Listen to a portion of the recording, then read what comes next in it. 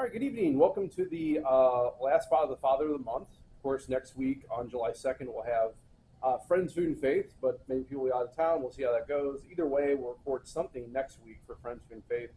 Still discerning, open to certain suggestions. We'll see what we can do. I was thinking maybe like a look at Americanism. Take a look at that and see what that's all about. Does anyone know what Americanism is? No. Oh, thank you. Americanism is a heresy that sprung up from the invention, so to speak, of the United States. So we'll look at that and see what the Vatican said about that, and we'll do that next week maybe. I was thinking some of that, like how church and state. We can look at that maybe and take a look at it. So I'm still discerning that, but we'll come up with a topic for sure by next week for sure. Okay. So, okay. There's another one coming in. Great. Well, good crowd. Right? Yeah, awesome. All right, so this is open forum. Any questions? If anyone wants to throw them out, feel free. Let's get started. Not everyone all at once. I know we had talked about the novena, which is wonderful, but the tradition of having blessed oil. And how can I say this? It's been a tradition here. There's lots of people who use it. There's lots of people who get solace from it. Sure. And it's tradition. Yeah. And I just have a concern of changing that and not offering it to people when it's been a tradition and people. So last year we poured 100 bottles, literally. It was gone in 6 months. The people were taking it. Yeah. The people were using it. And I just, and so I reread the history of it, and so it's not a sacramental oil, but it goes back to the what do you mean by that? Well, it's not like Holy Thursday oils. I think when we were talking in the sacristy, you were comparing it to those oils and feeling that it was. Let's be clear. The oils that we use in the sacrament are also sacramentals. Right, so whenever something's blessed, it becomes there by de facto a sacramental. So, in other words, yeah, there may be particular blessings that the bishop uses to bless particular oils, right? Specifically when it comes to chrism oil. But a priest can also, or a deacon, can bless oil to be used in the sacrament of anointing of the sick. So there's not really a specific, from an essential standpoint, blessing necessary. So all this to say, I guess first off, when we say tradition of the parish, what are we talking about there? Well, we're talking about that on the feast day, there were the vials of oil that were blessed with the prayer of St. Anne's prayer oil. Sure. And people used it, and throughout the year they took it, and I hear people ask for it, and stories of, it was, my brother was in the situation, and we blessed him with it, and he got some energy from it with the prayer. Yeah. And so I guess we've been through a lot with the merging and the change, and this is. So what I'm asking specifically is, when we say tradition, how long are we talking about? Is this something that's going back to, like, let's say the Father Bill era? Is this going back to, let's say, the founding of the parish era? I mean, what exactly are we talking about? We've been here 10 years, so all I can speak of is we've had it through Father Nick. Sure, okay. So, anyway. It seemed to be, I don't know, it was presented as if it was something that was done, how long. Yeah. Well, I know Father Nick changed it a little, which was good, because I don't know who it was. It was a religious sister that was here that collected medicine bottles and put the oil in medicine bottles, old recycled medicine bottles, and that was what was distributed. I don't know which priest that was under, but that really just did not work for me. So the reason that question is significant, right, is because when we talk about tradition, small t traditions of a parish, the way we define that is it's been done for a certain amount of time, typically about 35 years or more, with the actual I shouldn't say allowance, but with the bishop's knowledge of it. So in other words, the bishop knew this was going on. It's been done for 35 years. And in that respect, it becomes a small t tradition. Now, the church, in general, Big C Church, states that blessed oil is perfectly fine. And I'm not saying it's not. I would never say it's not, especially if the church teaches it. I guess what I'm concerned about in this respect is the use of the oil and the understanding of that use. Because even though I don't doubt that it brought some comfort and healing for people to be used, what I'm concerned of, though, is that an understanding of a sacrament compared to the use of a sacramental? So I'll give you an example. When I was at my last parish, a woman came into the sacristy with a 2-gallon jug of olive oil and said, "Father, can you bless this?" Now my response to that was, well, what are you going to do with it, right? So blessing things, blessing items, sure, there's really nothing wrong with that. Well, I was going to use it for sick people. Well, all right, but the way we understand, if you have someone that's sick, especially at the point where they maybe need to be blessed with oil, call me. I can actually provide the sacrament for them, right? Where somebody else couldn't. So I just want to be clear, I'm not necessarily opposed to it. I just don't know what the understanding is of it. And also how long it's been going on. But couldn't we answer those questions? I suppose, sure. And get the information and glean the conversation and then make a decision instead of changing it with not getting the questions answered and not having it on the table. Renee, when you spoke of medicine bottles, the brown ones that we're using now, they're generic. They're brown glass bottles. I would like them labeled, blessed St. Anne's oil. Yeah, no, these were like full on recycled. You know what we last year and Father Nick had the brown. And you're okay with that? Yeah. I don't know when we first came under Father Edwards, and I could be wrong, but I want to say he did water and not oil. But I'm not positive. But I kind of remember getting water. Yeah, so to your point, Debbie, I think it's perfectly reasonable to say, let's ask this question and get the answers. I guess the question, though, would be, can we get those answers before July 27th? I don't know. Maybe we can, maybe we can't. And the other thing, too, I was thinking is that if people were instructed on the correct use of sacramentals, that could clear up a lot of... Sure could. I guess, again, I'm relatively new. That's why I'm kind of relying on people to tell me these things. So even if let's say we talk about right now, we just did, right, and put that on the internet, right, and have this discussion here. Does that mean that the people that are going to be coming to that Mass understand that?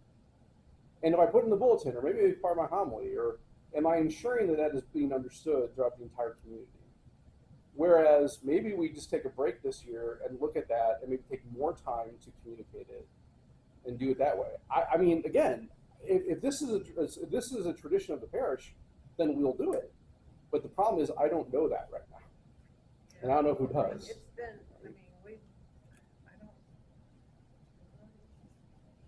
it's been a while. Yeah. But we've been here 30. Yeah, but I don't know it was here when we first started. No, it wasn't I think here. it was Father Bill. Maybe it was.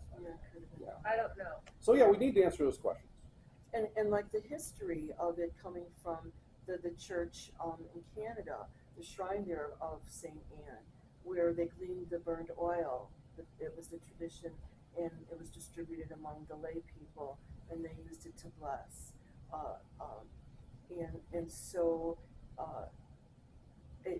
It's just a nice tradition that goes back to the history of the shrine in Canada, and I'd hate to lose that. And if we need to reteach, clear up, get the questions answered, I think we have time, and I think people would be open to that clarity. And if we need the bottles labeled or a reading at the basket, of this or is even a handout to go. So I don't oppose. Again, I think part of this needs to be again, it's an issue of time, and I don't know who has the answer to these questions. So What that's kind of a questions big do question. we have? Because we've So got the question is the 3 time. weeks. So how long ago, when this was instituted, how long ago was that year in the parish? And then Well- secondly, we need the time to actually divulge this information about what a sacramental is compared to a sacrament, what the use of the oil is going to be, and so people can actually understand that. And yeah, maybe that is a handout. I don't know, but we can discuss that. I'm always just personally very hesitant about blessing oil because the oil can be used as a sacrament, and we don't want to confuse that with people. So we teach it in your bulletin sharing Sure. you've got a month at the homily, an insert. Well, the homily. So the homily would have to be in line with what is going on with the scripture. I mean, maybe I haven't read that far ahead. I know this week we have Jairus' daughter and the hemorrhaging woman, right? But So you- maybe the Oasis could be part of that. I don't know. And my prayer wasn't really reflecting on that, but maybe that could be part of it. So yeah, no, these are all things we could do.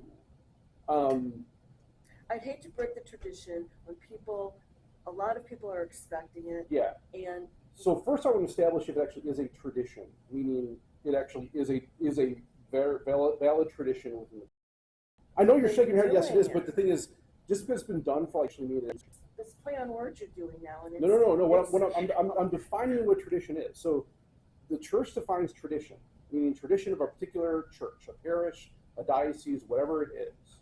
You know, we have big two traditions where, hey, we have a way we celebrate the you actual shared Eucharist. that already. I get it, and I Yes. understand. But that's that. according to canon law. It correct? is, yeah. So a parish could have started a new Yeah. tradition. Yeah, and that's the thing. Okay. But it has to be. But here's the other thing too. It has to be known by the bishop, right? The bishop has to know about it Well, when and you not say talk- anything negative against it. Okay, Right. you had a conversation with Father Nick, you told me, and it sounded like he was explaining it to you and then said, well, do what you want to do. So did he not, can you call Father Nick and glean this information from him? I could. I don't know. I mean, sure, but again, this. Yeah, so I will. But I mean, again, these have to be answered before we actually do it. If there are a number of people who are requesting it and concerned about it, then putting something in the bulletin should get a quick response from them because they'll be paying attention to that sort of thing. Well, all I know is it may have been a 1 or 2 gallon container of oil. It was over 100 bottles, and in 6 months before Lent of last year, they were gone. So people were taking them, people were using them. So to me, it's saying that's been meaningful for people. They've been taking it, they've been using the So oil. when we came in July, I don't remember any amounts. When they closed presentation, I got it. I got it. I took a couple. home. Yeah, they're in the basket by the St. Anne statue, there and Still then there. over here. And I don't know if there's any oil in it. No, there isn't. I put the basket up because it was gone by the beginning of Lent. Yeah. Was No. there anything with it, like any Note description or note or what it is? We all knew, but we could do that. That's the point, is we Yeah. could label the bottles, we could have a definition of what it is and how it's used there, and they make it clearer in practice.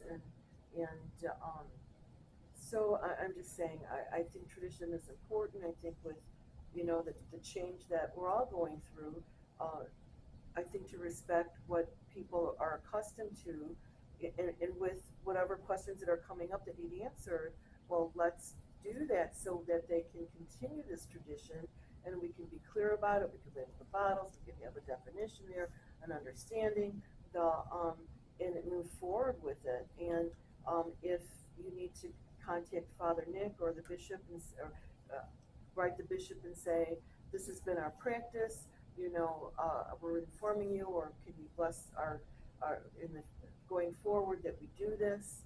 So what if this, Debbie? What if I don't personally feel comfortable doing it? I mean, you're the authority, Father. I'm just saying, like, it doesn't have to be me personally. I mean, we could ask the deacon to do it if you feel less comfortable with that, or find someone else to do it. It's fine. don't want to be forced into doing something I personally don't feel comfortable with either. So we'll answer all these questions, right? Maybe that might give me some more clarity and help me to make that determination. Fair. And we'll discuss over the next few weeks and try and figure out if we have those answers to those questions. You could probably do an email blast for asking people when it was, because I can't, I mean, I know we did it with other bills, but I don't know. Shouldn't Yeah. it be in the bulletin? What's that? If you had the oils and said, here, take them, shouldn't that have been in the bulletin? I guess. I mean, again, I don't Okay. know. I'm just, yeah. I was at the mass that Father Nick blessed the oils, but I don't know that he gave any big description on it. And here again, everything was new to everybody. Did he realize he had some people sitting there from OLP or wherever, you know? Yeah. I mean, I did take a couple of them home. I gave one to my sister, who is heavy into all that kind of food, you know, and I still have the other bottles sitting there, you know, and, I don't really have my ear to the ground all the time, but how do we know that people actually use them? well, she's assuming because she put 100 out, they're all gone. Somebody used them. Well, I can see your concern. Yeah. I really can. Yeah. I've never heard of this tradition. Right. It's right here. Yeah. Yeah. Just But I because know- it's on paper doesn't mean. Yeah, so the church So allows, it's so I'll say the church does allow blessing of oil, right? That's very true. And I'm not opposed to the blessing of oil in general. I want to make sure though that people understand the use of it, right? And that's kind of, and that, I don't know, would that take a month to do? I mean, again, these are all questions we have to answer. And I'm open to finding out and asking and going, hunting that down. Well, it's just a, go Appreciate ahead. Yeah, we appreciate it. It's just a Yeah. concern. It's been a tradition. People have used it. Stories have been shared of the solace they've received from the blessed oil. And I just think, That is an interesting question. The concern is a magic potion. Well, that's the thing. I mean, that solace, what is the source of it? from St. Anne's, No. What it's what I'm St. Anne's saying- oil. what I'm saying They're from passing a the St. Anne's intersection. Yeah, no, I understand. But again, you know, just because someone feels solace in something, it's important to understand from a spiritual context where that solace is coming from. Because even the angel of light, right, that we call Lucifer, can provide certain things to lead people down a path that's not good. And I'm not saying that's the case here. I don't know. I'm just saying these things need to be discerned, need to be prayed about. And I mean, maybe they have been, and that's why I'm going to go ask questions and find out. Okay. Appreciate it. Sure. Man. Sure. All right. Good. I'm thinking email blast would be good. Yeah, sure. We can put something out and see where if anyone knows. You know. Well, have them either call the rectory or call you. At least people wouldn't be surprised that it's not being offered. That's fair. No, If the dialogue's happening that's fair. and Yeah. then things change, at least they've been included and. Okay. Yep, for sure. Questions, comments, concerns, heresies? Along the lines of traditions and things that are not necessarily well known, can you address the idea of some some prayers that are lesser known? I mean, everybody's familiar with Hail Mary, Our Father, the Rosary, but there are other sets of prayers that are out there that Sure. come along over the last, I don't know how many, couple of decades or so, that at least the Chaplet of Divine Mercy has picked up a lot of steam. I know of some other groups of prayers.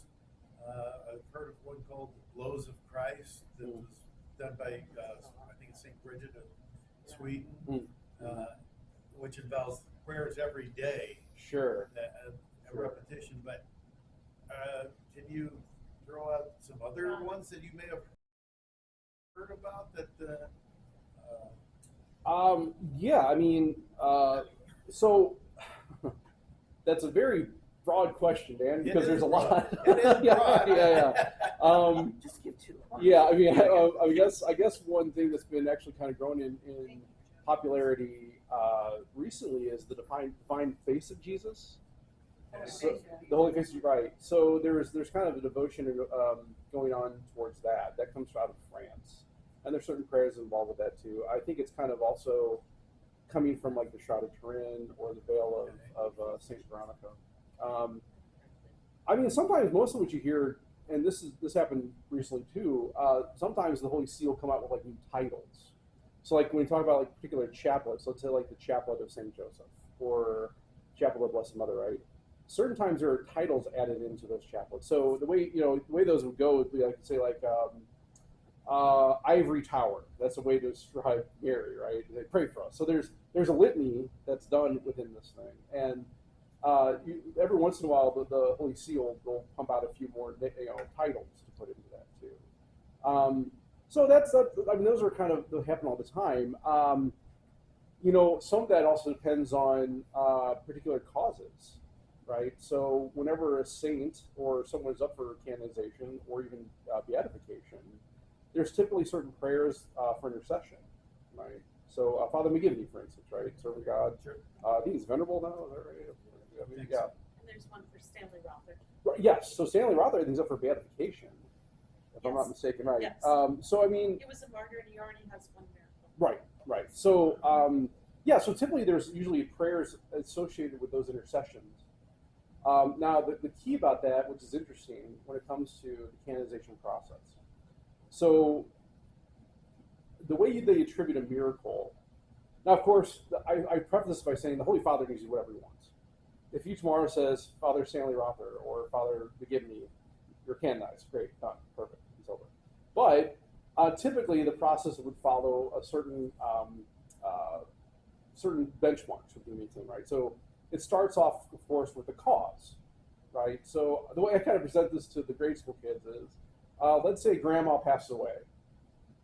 It's a tragic event, obviously, for anybody, but let's say your grandma was a wonderful person, always made you cookies and gave you money every time you went over to her house or whatever, I don't know. And you say, grandma was a great woman, I'm going to write a cause for grandma. So what you do is you write the bishop of the territory and say, Your Excellency, grandma was a great woman. Here's all the things that she did in her life that exhibits how a faithful, good woman she was. And the bishop will review that and say, maybe there's a few more things. Or maybe this seems legitimate, and he'll give it off to a committee to go and research it, right? And so let's see if all this stuff that you put in this cause is true, right? Let's verify it. And they'll do that by interviewing people that knew grandma, family members of grandma, maybe their pastor, maybe their confessor, depending on that. All these different things and gather information, then also like hard evidence, like what has grandma ever written? Did she write anything? Did she put a Facebook post or something? Let's look at those, right? Was grandma always like kind of kind and always charitable? Facebook, who knows? But they'll come in, right? They'll read all this, and they'll have someone that what they call the devil's advocate, who's going to ask kind questions counter to it. And based on that investigation, the bishop say, yep, this person seems like they're pretty good, or no, they're not. We're going to end this cause now unless there's more evidence. But if they're very good, we'll say this person now is a servant of God, and we will now send it to the Holy See. Right? So the Holy See gets this cause of this servant of God and comes back and does basically the same thing at the diocesan level and reviews that all and even maybe goes a deeper investigation. And they say, you know what? We validate that whatever the Archdiocese, the diocese did is true. This person now is a venerable. And what we're going to do is we're going to, someone involved with the cause will develop a set of prayers or a prayer for the intercession of grandma, right? Now starts the miracle process. So in order to go to the beatification, a miracle needs to be done. And the trick is that the miracle has to be attributed to the particular saint that's the intercession is asked for.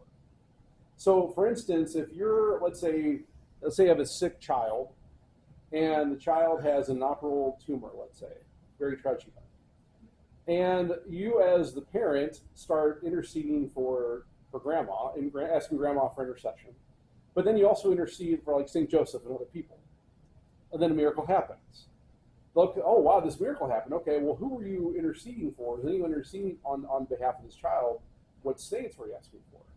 Well, I was asking for grandma, but also I was asking St. Joseph. Ooh.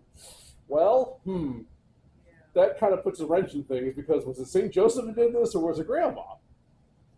Don't you also have to let someone know that you're Correct. doing this? Correct. Yes. Yeah. So it needs to be communicated, right? Yeah.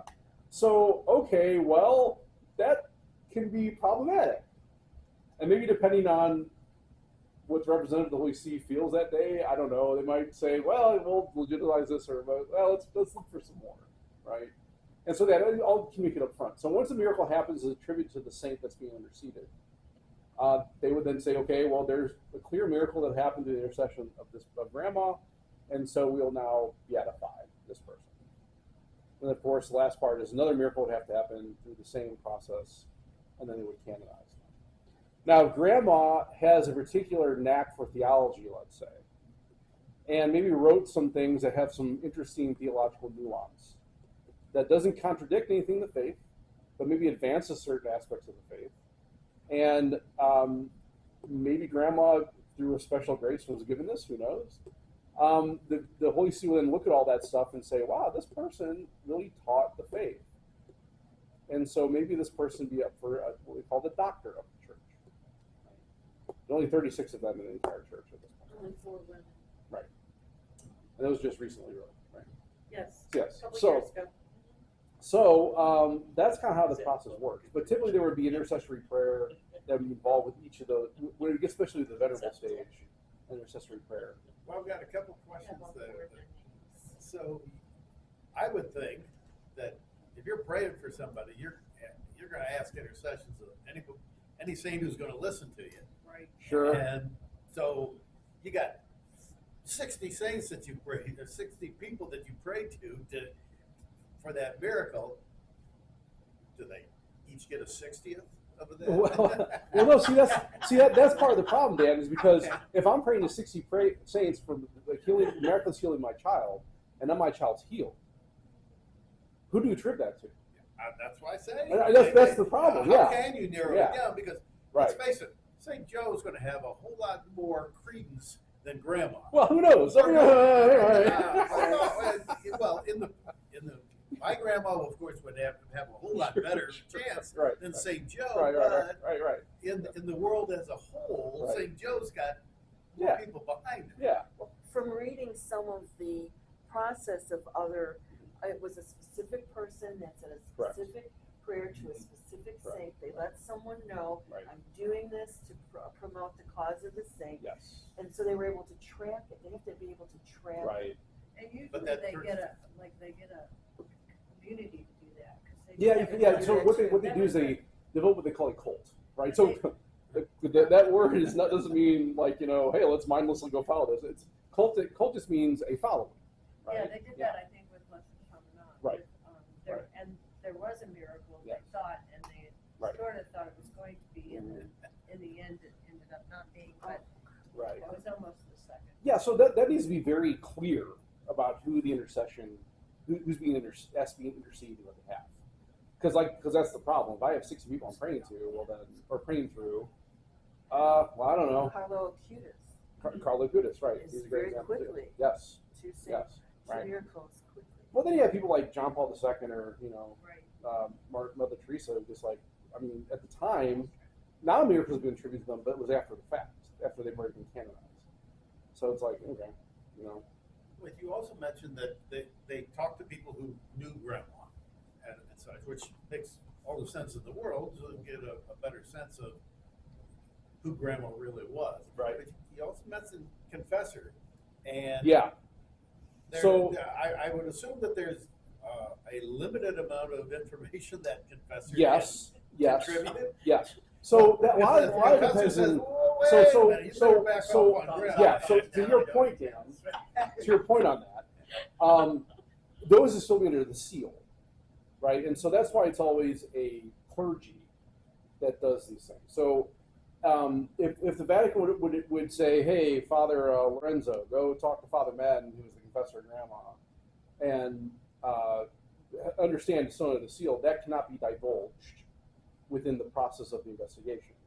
But it can make a factor in the decision from the Holy See. Because that seal is still maintained because it's actually maintained within the context of the governance of the church. Right.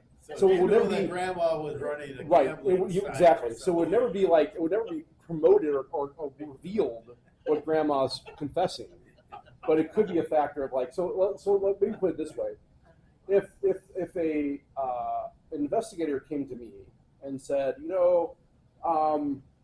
grandma is up for canonization, and you were her confessor, my first answer would be like, oh, okay, can you divulge anything, or do you know this person? I'd probably be like, no,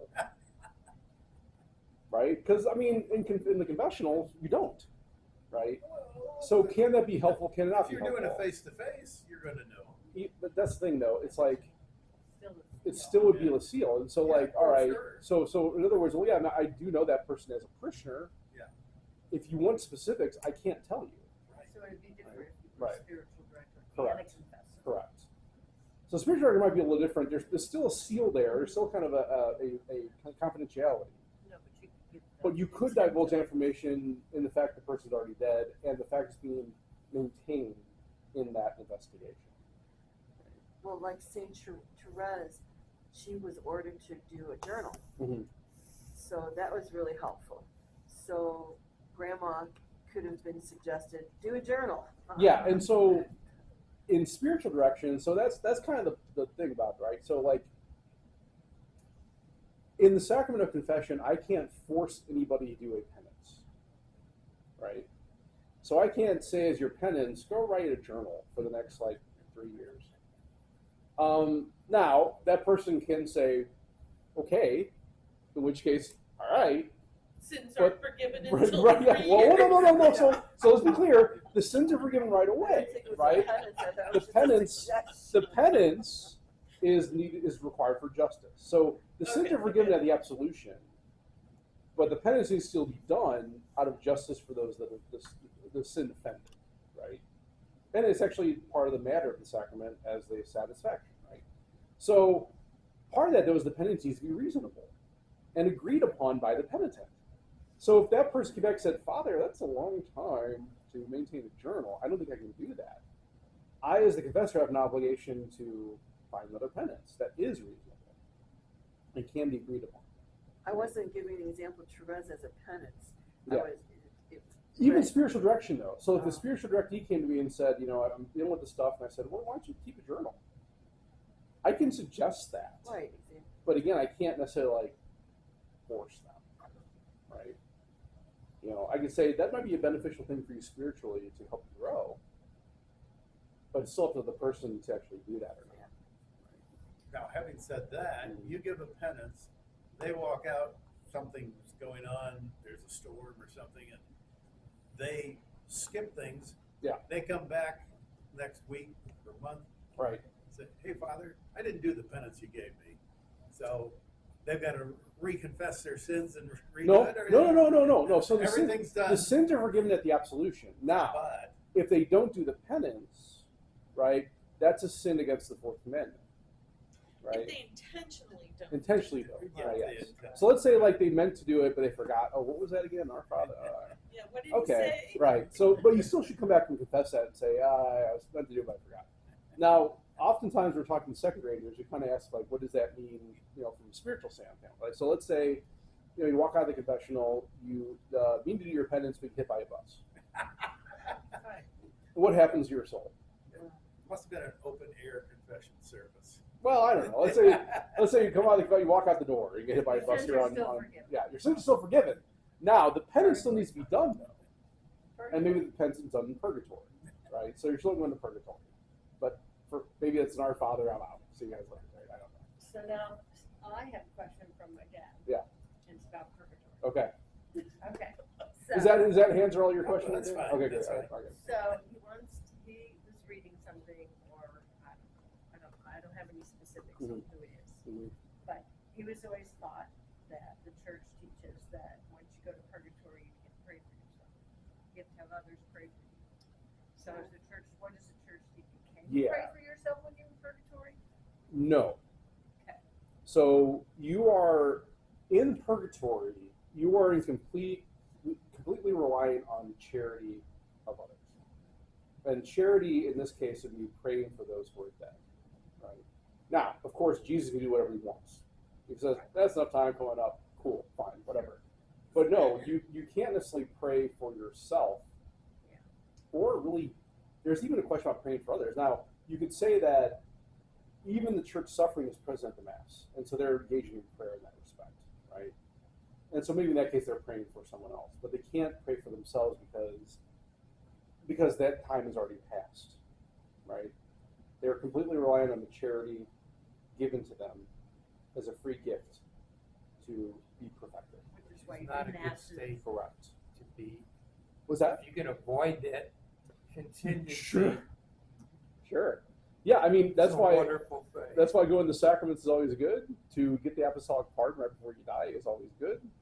To receive these gifts from God is always good, right? And so that's why it's important to engage in the sacraments regularly, right? So that you can be perfected to be in that state, right? But I mean, I think that's the thing. Like, you know, when we think about the afterlife, that's still a choice, right? Those who are in hell are choosing to be there. And that's what the tragedy of hell is all about, is that people are choosing that over the glorification and the fulfillment of their very existence, right? And people tend to get in that state when they engage in mortal sin, unfortunately, right? That develops a habit in somebody that constantly chooses that to the point where at the final judgment, they could still choose less than God, even though the things are revealed to them at that moment to actually verify and be truthful in the existence, the reality of these things. But the truth of the matter is, many of us probably won't die in a state of perfection, right? We'll die probably in a state of, love of God, hopefully, right, and faith, and being that we're baptized and we receive the sacraments, we are destined for heaven, but we still have to perfect ourselves to actually reach that state, which is why purgatory exists.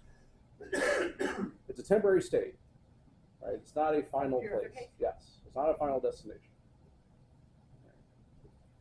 I have a question. Yeah. So, you always hear, well, if you say all these prayers, 1,000 people go to purgatory. I mean, how real are some of those sayings? I always doubted. I think it sounds like. Yeah. So I guess I'll say this. I look at Matthew 16, right? What's bound on earth is bound in heaven. What's loose in earth is loose in heaven, right? That's the authority that Jesus gives to his church. So the church says, yeah, if you say these 15 Hail Marys with the intention of freeing souls in purgatory, sure, I believe that could be a possibility because Jesus said it could be, right? Now, where do those come from? Right? These kind of prayers of indulgence, what we call them. Does anyone know? Yeah, okay. We had a prayer, we used to pray the rosary daily in presentation. And there was a prayer at the end of that rosary, if you said it, 100,000 souls were released to heaven. Yeah, maybe. I mean, the same thing about the brown scapular. They say that if you're the brown scapular is a way for the Blessed Virgin to fish you out of purgatory. Sure, I don't know. If the church allows it, it's allowed, right?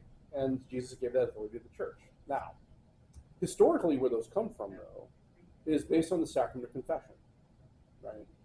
So the sacrament of confession in the early church was confessed publicly, right? So you would go to the service, go to the synagogue, go to someone's house to go to mass, and before you would receive the Eucharist, you would confess your sins to the priest prior to mass beginning, right?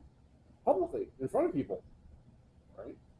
And so the priest would then absolve you and maybe give you a penance or whatever it was. We're not really sure in the early church what exactly the structure was, but that was something that was common. Tell them your sins in front of people. Right. Right. Yeah. Maybe you did. And there was a time you could only confess once.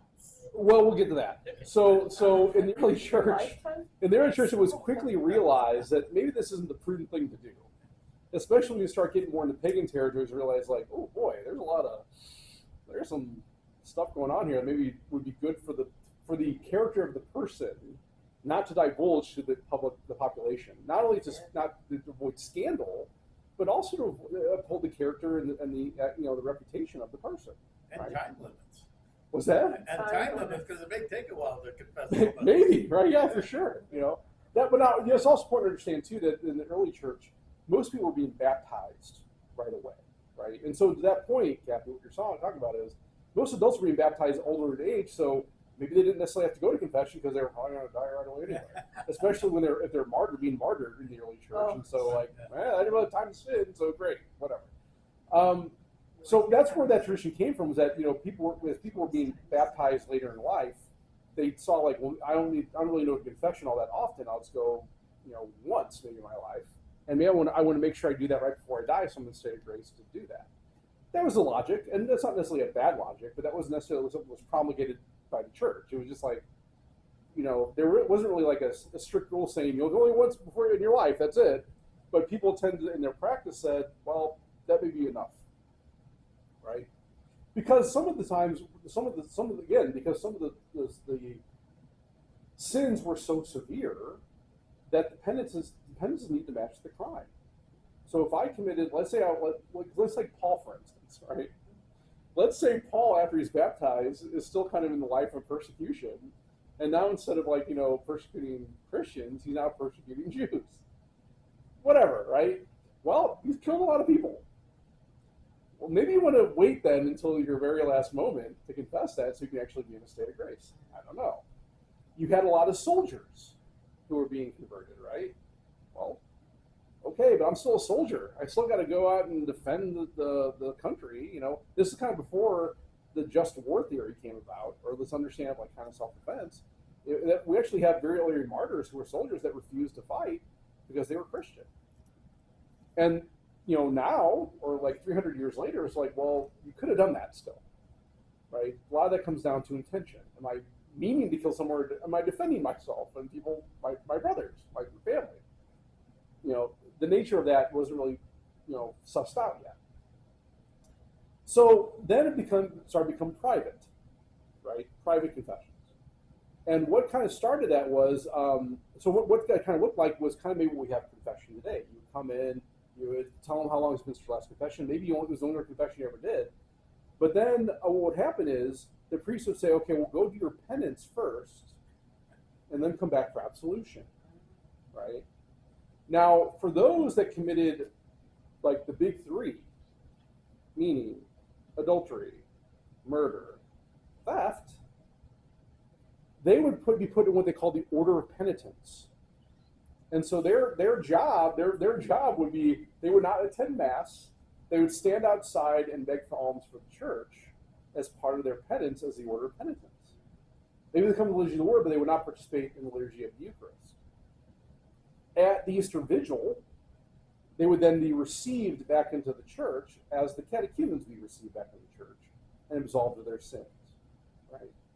As time went on, that practice of bringing them back into church at the Easter Vigil kind of expanded out, but they still kind of maintain that whole, well, do your penance first, then come back for absolution. So, okay, you're going to be part of the order of penitence for a month, and then after that month, come back to me and I'll absolve you, right? That's kind of how it was working. Until you get to about the 8th century. And what happened in the 8th century is the church started kind of moving out into these pagan territories, growing, expanding, right? And so these Irish monks decided to start writing these tomes of penances that fit the crimes that were being confessed, right? At that time also, kind of the nature of confession changed. Instead of going to your penance first, you were absolved and then did your penance, right? But some of these penances would be rather severe. Especially in the 9th century, 10th century, 11th century, you start getting like things like the Crusades, right? Which were basically pilgrimages. And these kind of soldiers who were like fighting each other in Christendom, part of that penance maybe, why don't you go on pilgrimage to the Holy Land? Which meant you're going on crusade, right? But they would write these out and say like, hey, for this many murders, you have to do this, you have to go on pilgrimage this many times. Or, okay, for this many acts of adultery, you have to do this many rosaries. And then on the margin, they would actually have how many souls in purgatory they would free by those penances, right? So that all came from the Irish monks. They're kind of writing these out, right? And of course, then kind of the sacrament evolved to what we kind of have today. with even the understanding that the penance should be something to be done reasonably and something that can be sort of agreed upon by the penitent and the confessor. So that's kind of where all these come from. They were kind of based on penances from confessions that say, well, if I go say 3 Hail Marys, I'm going to free 3,000 souls from purgatory. Cool. Sure, why not? Right? But it's still good because, I mean, that's the idea, is that these things are so efficacious for those in purgatory. Right? Is it 300,000 souls? I don't know. We don't know. We hope it is, right? But it's still, I should still do them because it's good either way. And so then people say, well, where is purgatory in the Bible? And, how do I explain that? I mean, Oh, well. I have an LD, Easy. so I can't remember things. Yeah, I mean, I just yeah. can't. Easy. I can't. In the Gospel of John, Jesus tells us, be perfect as our Heavenly Father is perfect. That's where it kind of comes from. Say that again. Jesus tells us, be perfect as our Heavenly Father is perfect. Whoa. Wait a minute. How do I do that? Right? Given that we're human. Yeah, being that we're Yeah. human and he's perfect, Yeah. that doesn't seem like we can do that on our own, right? So if I die and I'm not perfect, that's a problem for me, right? So reason would dictate there had to be a place to receive that perfection or be perfected. But also, we see it in the Old Testament. Now, this is where our Protestant brothers and sisters may disagree, because they would consider this book to be apocryphal, right? Meaning it's an addendum, it's added on. It's not part of the canon. It actually comes from the book of Maccabees, right? So in Maccabees, Judas Maccabees has this battle, right? And he takes his soldiers in the battle. They win, but he has a lot of casualties. And when they start checking the bodies of these casualties, these Jewish soldiers, they find they have these idols on them, right? So instead of being like, well, they're done. Thanks for your service. I guess you're in hell. Good luck. See you later. Judas decides to take a collection to offer sacrifice in the temple for them, right? Now, why would he do that? If they're in heaven, they're not going to benefit from it. And if they're in hell, they're not going to benefit from it. So there must be a place they went to actually benefit from it. Otherwise, that action doesn't make any sense, right? So that's kind of scripturally we find the basis of purgatory. So you're right. There's not like a word purgatorium, right, or purgatus in the Bible or the scripture, right? But it seems like there's gleanings from it. Just because something isn't specific in the Bible doesn't mean it actually isn't. So, for instance, a good example of that would be, and this may be kind of crude, but where in the Bible does it say that Jesus ever went to the bathroom? Now, you can make two conclusions from that. Well, he didn't have to do it, right? Or nobody really took the time to actually record that because why would they? Right? Because he was human and never. Yeah, right, yeah. He was human, so he ate things that had to do something, right? So, okay. Well, St. Anne's not really. Right, so St. Anne and Joachim are actually, they're part of an apocryphal book called the Gospel of James, right? That was actually written several hundred years after James, and certain things in that scripture are not in line with what Jesus revealed to the apostles and handed down to generation. Right? Good stuff there. Like, for instance, there's the betrothal of Mary that's described in the Gospel of James, right? Which actually is sort of Odyssean in some ways. But that's not part of the canon because, well, it could be authenticated to the Apostle James, and there's certain things in that book that don't really jive well with tradition that was handed down from the Apostle. So it doesn't seem like that would be a book to put in the canon. Does that help? But we still know Yes. this is. Yeah. Yes, thank you. Yeah, sure, of course. So, I don't mean to, I just have these questions. Yeah, great. So where does the candle thing come from? Lighting the candle. It's a sacrifice? When you buy a candle in church and you light a candle? Oh, yeah. So that is sort of a living representation of the prayer that's offered for particular intention. Okay. Right. So my question for you Mhm. is, why don't we have candles at St. Anne? I know they're inside, Yeah. but that bothers a lot of people from presentation. That there are not candles out in the main part Yeah. of the church. Part of that is space. Like, where do we put them where people won't like trip over them, Right. or Oh, there's If you lots of had- space. no, I understand. I mean, so part of that's kind of the discussion we've been having in parish council. Give me a box of those candles, I'll show you where to put them. May I say, in the window, Yeah. by the statues, instead of the flowers, you can Yes. have two Yes. on Yes. either side. Yes. Yeah, I mean, again, part of that is we don't necessarily do too much to deter from what we already have in the church. Elaborate. But I mean, like, there has been discussion about maybe putting some candles where the tabernacle used to be.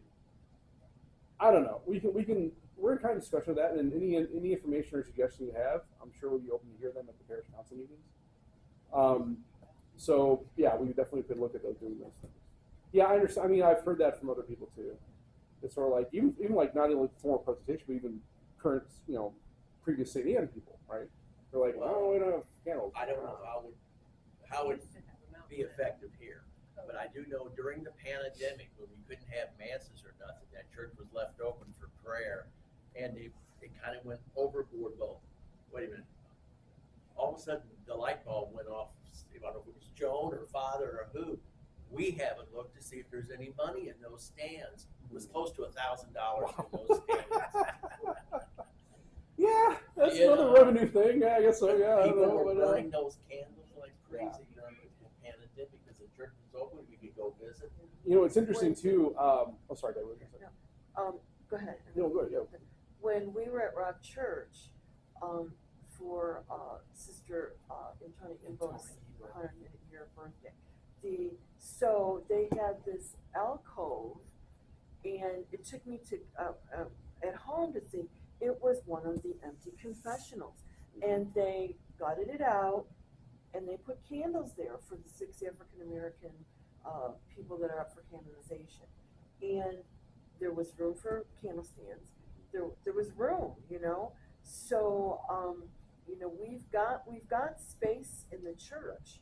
So we just have to rethink how we're using the space. We discussed that too at the parish council. Maybe converting one of the confessional or two of them into that. That's a possibility. I think it's, one thing I know about parish council. I'm very thankful for everyone that serves on the council, but sometimes we talk about things that don't actually have any resolution, which is more my fault than anything else. But we'll definitely bring that back up at the next parish council meeting, I guess, put that on the agenda.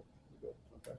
But yeah, that's good. That was brought up earlier. We talked about it for several meetings. I don't think we ever got any conclusion on that. I think we tabled it and we just never brought it back up again. So we'll put that on the agenda for the next meeting for sure. What I was going to say, like, what was interesting, we had you were talking, Ken, about keeping the church open. And we had a pastor training last week. Yeah, I thought about you. No, thank you. I needed it. I tell you what, it was actually better than I thought it was going to be. Good. It was actually, there was a lot of good information.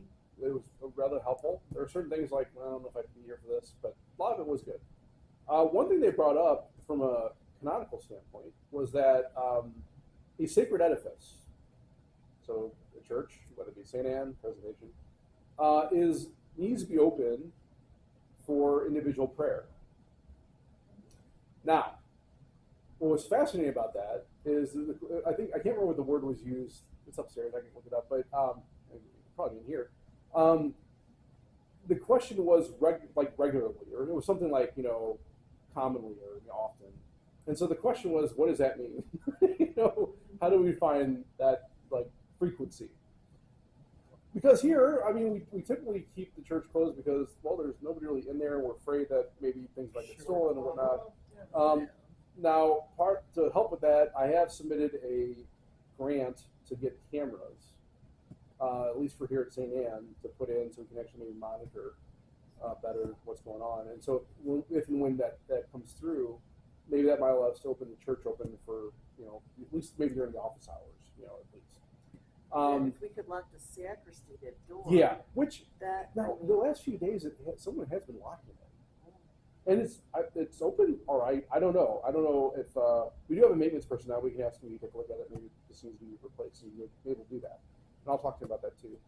But yeah, that's a good point. I mean, if we can lock that door, that would definitely help quite a bit. Have you thought of the combination lock on one door? Yeah, we can look at that too. Yeah.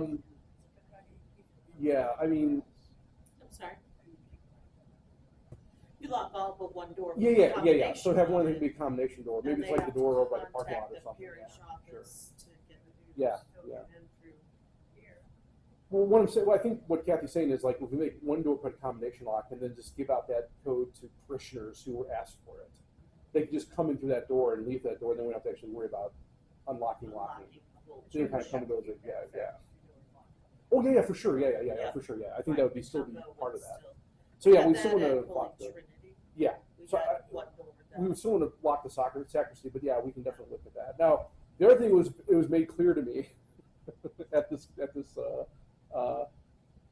training was how should I put this?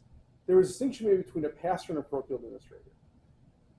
So a parochial administrator has the same rights and privileges, I guess, so to speak, of a pastor, but a parochial administrator should not do anything that can't be reversed. So what does that mean? Well, if you sell off a building or something, right, that can't be reversed. You haven't done that yet. I have not. I have not. Although I did have a good conversation today with Cheryl Harness from the Archdiocese about the school building over presentation. So that was an interesting conversation. I'm sure. Yes. And hopefully let's reach some resolution on that. I don't know. I'll follow up with her as we go forward. But I wouldn't go through with that until I'm named a pastor, right? Now, when is that? I don't know. That's up to the Archbishop. So we'll see. Are we asking for like the church to be open not just for parishioners but anybody? Well, I think the point is like we would say that's where the lock is kind of a good idea because that way people can just have the code and come in as like parishioners because we put the code in the bulletin and say there you go. No, don't put it in the bulletin. No. So fair enough. All right, good. All right. I know parishes have done that. I don't know. Whatever. So I think that'd be the idea. I mean, the other solution would be just leave the doors open during certain times, make those times Leave known. one door. Yeah, one door open, and let them go, and then people can come and go as they please. I think either way would work, especially if we get cameras up. That would help, Yeah. right? Because there can be somebody on exterior doors, so we can see who's coming and going, and just kind of keep a monitor on that. If you left the side door open where they come into the office, which is not readily, available Yeah. to the street. Yeah. Right. Maybe that's the solution. Yeah, I mean, that's what I'm Right saying. there by the office. No, this hasn't happened in a couple of years, but 2 years ago or 3, there's our neighbor on the other side of Natural Bridge. Oh, yes, And right. he had a habit of coming in and going. He ended up in the rectory, and one of his things is to take down everything off the He's hangers. mentally challenged. Mentally challenged. We Yeah. were there doing something, and I see someone go across. I thought they must be outside. He ended up in the choir. Kevin Keith, and he comes down and he's walking in the middle of and we're thinking the doors are locked, and so he hasn't done that in years. Okay. But he still does walk the neighborhood. He has he likes flags, and so across the street on Augusta, in that neighborhood, they all know him. Oh, okay. But he would come here because he liked to be in here and see what's There were going nooks on. and Oh, crannies. okay. He was up in the Okay. choir loft, and I didn't see him until he came down and walked up the middle aisle. So it took a little bit of contact with the parents, Father Nick, Gotcha. and be sure the doors were locked. Okay, so the way the governance really works now in the Archdiocese is, of course, the Archbishop is the supreme authority, right, when it comes to anything pastoral, right? He is the chief liturgist, he is the chief canon lawyer, he is the judge, jury, executioner, all that good stuff.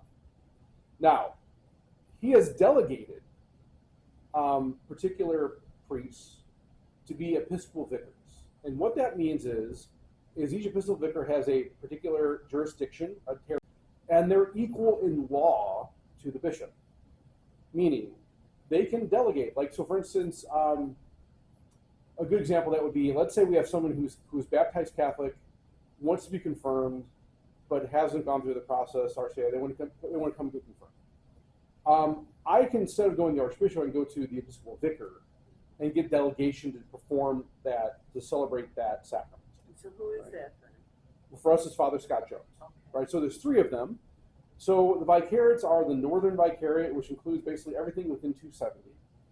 You have the Western Vicariate, which is basically St. Charles. That's governed by Father Brockland. And then you have the Southern Vicariate, which is basically down like, Festus, that area, outside 270, which is governed by Father Leiden. So they are equal in law to the bishop for their particular jurisdictions. So what that means is I can't go to Father Brockland to get delegation for these things, right?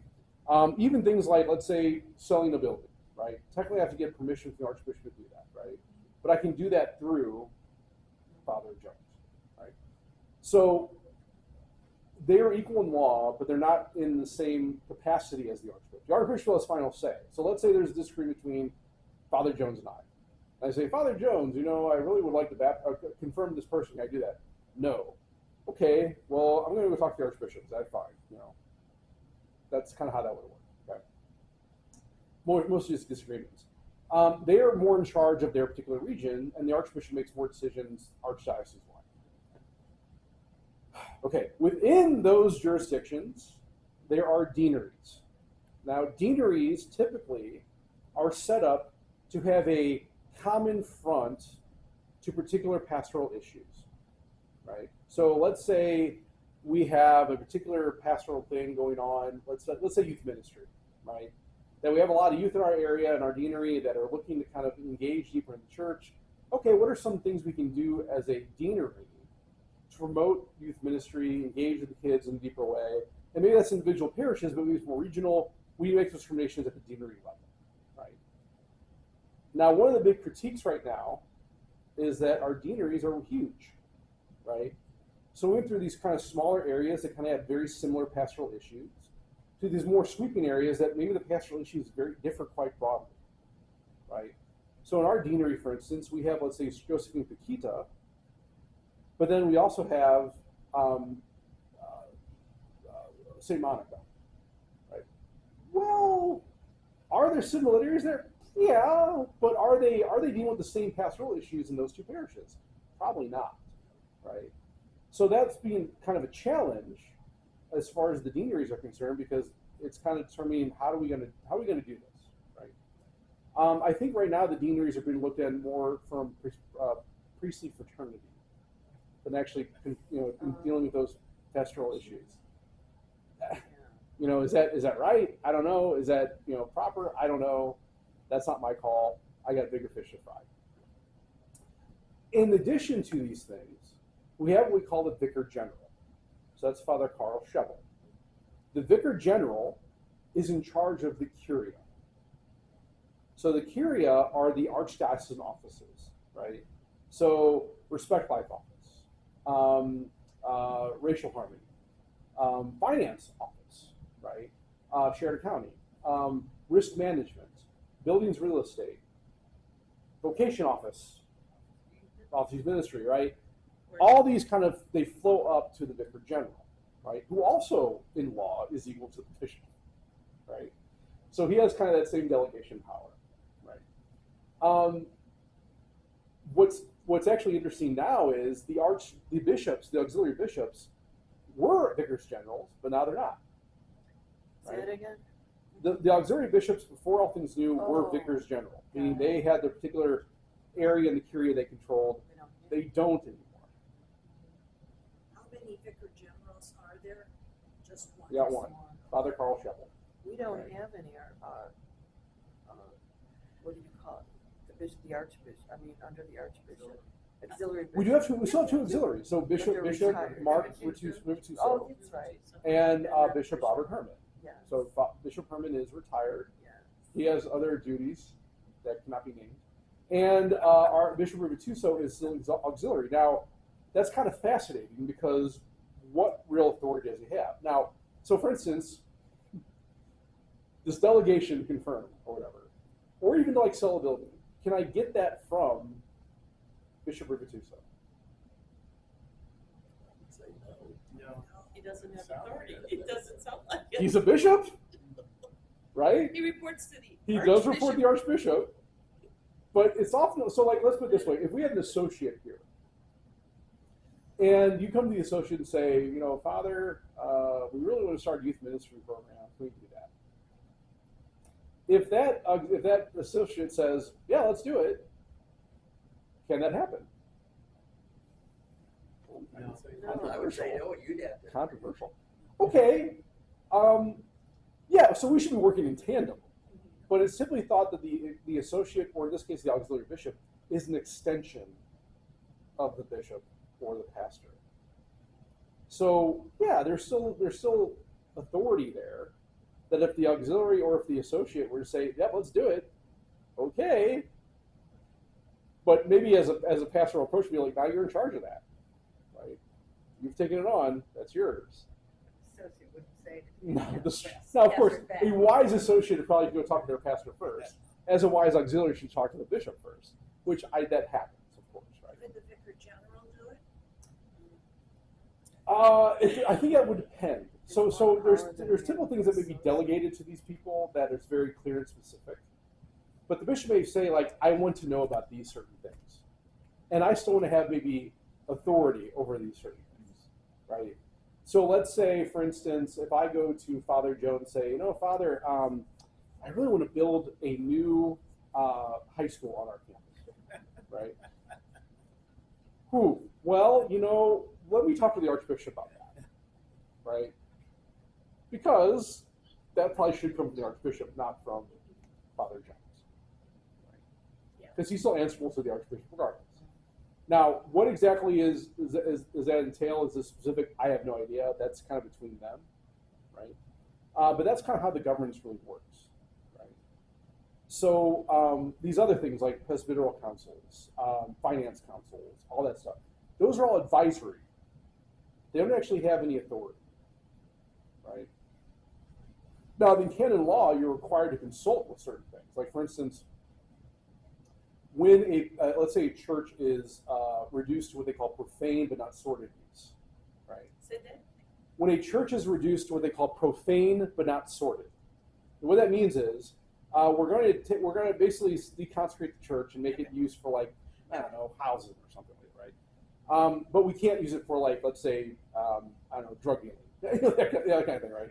Sordid means like illicit or illegal or immoral, right? Profane just means common, right? So if I wanted to go do that, okay, I lost my train of thought there. Shoot, where was I going with that? You can't Oh, so maybe, so that would have to happen, canonically speaking, is they'd have to go to the Presbyteral Council to consult the Archbishop, right? But the Archbishop still has the final say. If the Presbyteral Council says, you know what, that's probably not a good idea to, reduce it, and maybe here are some reasons why you would not do that. The Archbishop can say, thank you for that information. We're going to reduce it, right? These boards are advisory, right? Whether it be the Presbyteral Council, whether it be the Finance Council, whether it be even the Priest Personnel Board, right? So the Priest Personnel Board is there to kind of help advise where priests maybe should be assigned. But it's still the Archbishop's decision, ultimately. You want to say something, Dan? Oh, I was going to say, wasn't that in effect what happened with some of the All Things New? Is that there were recommendations made and people expected things to happen, but that isn't what it wound up being. Correct. Yeah, even like, so right now also the other kind of factor here that we have that's also unique is we have a vicar of strategic planning, right? And then his name is Father Chris Martin, who is kind of the ones that were doing All Things New. His role is kind of interesting because he doesn't really technically have authority, meaning like delegated authority as like a vicar general or a episcopal vicar. He may be what they consider a vicar foreign, meaning he's kind of like a at will use, and maybe can get certain authority delegated to him, but it has to be very specific. right? So maybe he has certain, like, let's say when it comes to the integration of all things new, he's probably given delegated authority to make particular decisions there, but that all comes from the Archbishop and is delegated to him from the Archbishop specifically, right? And even then, if there's a disagreement, the Archbishop will be the final say. So, like, yeah, so maybe, like, if there's a suggestion to say, yeah, maybe these places that are open, maybe we can look at maybe, putting them back to profane use. Father Martin may have some say in that, but the Archbishop would have final authority. So yeah, that's kind of, in general, what we have now, right? Before that, we had the Archbishop, we had auxiliary bishops, vicars general, and we had deans. I think the only difference now is we're trying to figure out what the deanery does, right? And that's kind of, I think personally, we're probably going to have to reduce the deaneries. What I mean is make more deaneries, just because we have these just such wide areas that are so diverse that it's really hard to come from a pastoral approach to all the issues that are going on. But that's above my pay grade. That's another level. That's right. Does that answer your question, Ken? Yeah, well, it's a learning process for them too. Yeah. It can change daily. I mean, I know what I went through my career working. They come out on Monday and tell you by Wednesday it's changed, or whatever. So it's a learning process for them and for us. Yeah, I think even the Episcopal vicars, trying to figure out what their role is. There's sort of a wisdom in saying hindsight's 20/20, and I brought this up with them, and they seem to agree with it. That might have been better to say let's go out and go to another place that has these things and maybe learn what they do, and then bring them back here and implement them like a year later, right? I think they were trying to hit the ground running, which is a challenge, and also noble.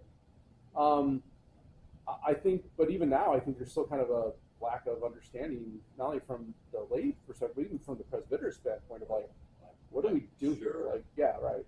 Sure. I know they're trying to really focus on using the vicariate. Primarily, the way they're promoting it is more so of an efficiency. So I don't know. Again, I'm kind of new, so I don't know if this is really true. But from my understanding, some of the critique against the curia was you would call a curial office. You may not get a response back like in a week or 3 weeks or 2 weeks or whatever it may be, right? The vicariate is actually guaranteeing a response in the day. Now that response may be we're still working on it. I don't know, but that's at least that's a response, right? So there you go. Well, I know as we were going through all of this, and we were, unfortunately, we were put through a severe test with the ailment with Father Gray. Right. Father Brown was here for 2 or 3 months. And if I heard him say once, I heard him say more times, well, my term is up May or June of 2024. I'll be so glad. Well, you still got it.